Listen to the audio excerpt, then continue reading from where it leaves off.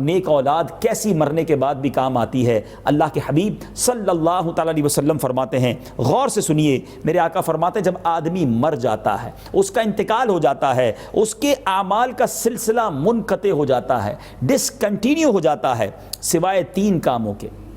3 عمل ایسے جو باقی رہتے ہیں۔ اب غور کیجئے گا ہم ان 3 کاموں میں کتنا انوالو ہیں، کیا یہ نیکیاں ہم نے کر رکھی ہیں؟ نمبر 1، آقا فرماتے صدقہ جاریہ۔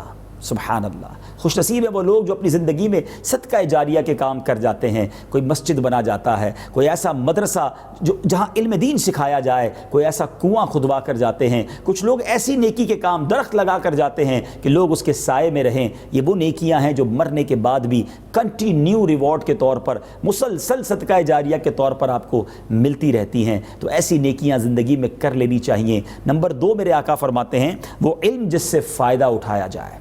خوش نصیب ہیں وہ علماء کرام جو کتابیں لکھ کر جاتے ہیں، شاگرد چھوڑ کر جاتے ہیں، وہ دنیا سے چلے جاتے ہیں مگر علم دین باقی رہتا ہے اور انہیں انشاءاللہ صدقہ جاریہ ملتا رہے گا۔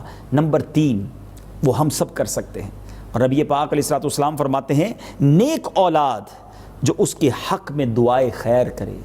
جو اچھی اولاد، نیک اولاد چھوڑ کر جاتے ہیں اور وہ نماز پڑھ کر ماں باپ کے لیے دعا کرتے ہیں، نیکی کے کام کر کے ان کے لیے دعا کرتے ہیں، اس کا اجر جو ہے ماں باپ کو قبر میں پہنچایا جاتا ہے۔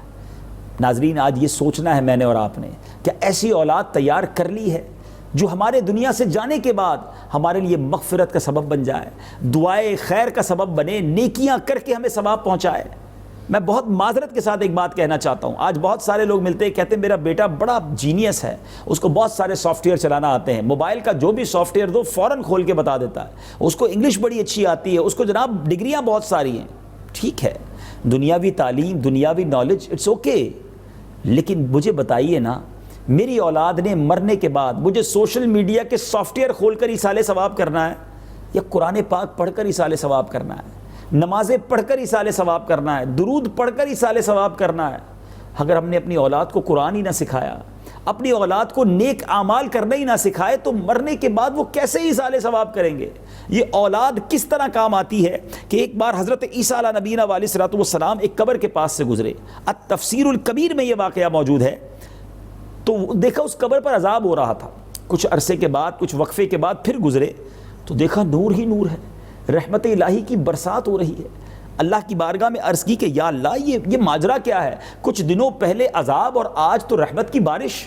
غور سے سنیے ناظرین، اللہ عز و جل کی طرف سے ارشاد ہوتا ہے کہ اے عیسیٰ یہ شخص بڑا گناہ گار تھا، اس وجہ سے اس کو عذاب ہو رہا تھا، مگر یہ دنیا سے جب گیا تھا تو اپنی بیوی کو حاملہ چھوڑ کر دنیا سے گیا تھا۔ اب اس کی کچھ عرصے کے بعد، اس کے انتقال کے کچھ عرصے کے بعد اس کے یہاں لڑکا پیدا ہوا۔ وہ لڑکا اتنا بڑا ہوا کہ مدرسے میں قاری صاحب کے پاس گیا اور قاری صاحب نے، استاذ نے اسے بسم اللہ پڑھائی، بسم اللہ الرحمن الرحیم۔ اس کے بچے نے بسم اللہ شریف پڑھی۔ اے عیسیٰ مجھے حیا آئی کہ اس شخص کو زمین کے اندر عذاب دوں کہ جس کا بیٹا زمین پر میرا نام لے رہا ہے، رحمان اور رحیم کے نام سے اللہ کو پکارے، اور اللہ اس کے والد کو کیسے عذاب دے۔ بچوں کی نیکی اس طرح والدین کو کام آتی ہے، دنیا سے جانے کے بعد بھی کام آتی ہے ناظرین، مگر اس کے لیے اچھی تربیت ضروری ہے۔ خدا را اپنی اولاد کو اپنا پھل سمجھیے، اپنا سرمایہ سمجھیے، اپنی آخرت کا ذخیرہ سمجھیے، اور اچھی تربیت فرام دا چائلڈہڈ کر دیں گے، یہ آپ ساری زندگی اس کا سکھ پائیں گے، آپ کے بڑھاپے کا یہ سہارا بنے گا۔ لیکن قرآن و حدیث سے دور رکھ کے، اسلام سے دور رکھ کے، صحیح تعلیمات سے دور رکھ کے، بعض اوقات بڑھاپے میں بہت تکلیف کا باعث بنتا ہے، کیونکہ کبھی بھی والدین کا ادب تو پڑھایا ہی نہیں، تو پھر وہ کیسے ادب کرے گا؟ جب تک آپ اس کے کام آتے رہے وہ آپ کی مانتا رہا، جب وہ اپنے پیروں پر کھڑا ہو گیا اب اس کو والدین کی ضرورت نہیں، اور وہ کہتا نظر آتا ہے I am alone, I am free now, میری اپنی لائف ہے، میں آزاد ہوں، میں کیوں آپ کی بات مانوں؟ کیا ایسی باتیں ہمارے معاشرے میں اب سننے کو نہیں ملتی؟ کیا ہمارے وطن میں ہی اولڈ ہاؤس بننا شروع نہیں ہو گئے؟ کیا والدین اس لیے ہیں کہ انہیں اولڈ ہاؤس میں ڈال دیا جائے؟ کیا والدین اس لیے ہیں کہ بڑھاپے میں انہیں تکلیف دی جائے؟ شریعت تو انہیں اف تک کہنے کے لیے منع فرماتی ہے، لیکن یہ کیوں ہو رہا ہے؟ اگر میں نے اپنے بچوں کو قرآن و حدیث کا علم سکھایا ہوتا، ہر والد سوچے، ہر ماں سوچے، تو کیا بڑھاپے میں اتنی تکلیف وہ اولاد دیتی؟ بلکہ ہماری شریعت تو یہ سکھاتی ہے، حدیث پاک کا مضمون ہے، جو بچہ اپنے والدین کو محبت کی نگاہ سے دیکھتا ہے، اسے حج مقبول کا ثواب ملتا ہے. ارے میرا بیٹا میری بیٹی تو ہمیشہ مجھے محبت سے دیکھتے، اگر میں نے نبی پاک علیہ الصلوۃ والسلام کی تعلیمات اور ان کے نقش قدم پر چلاتا. اچھا بعض اوقات ایک اور عجیب سا ذہن ہوتا ہے کہ ابھی تو بچہ ہے نا، بعد میں سکھا دیں گے، ابھی بچہ ہے ٹھیک ہے، اس کا شوق ہے. یاد رکھیے گا جب پودا چھوٹا ہونا اس کو جس رخ پہ آپ نے موڑنا ہے وہ مڑ جائے گا. جب یہ تناور درخت ہو جائے گا اس کے بعد وہ نہیں ہلنا. عادتیں پختہ ہونے کے بعد والدین بعض اوقات افسوس کرتے ہیں کہ اب بڑا ہو گیا، اب میرے ہاتھ سے چلا گیا.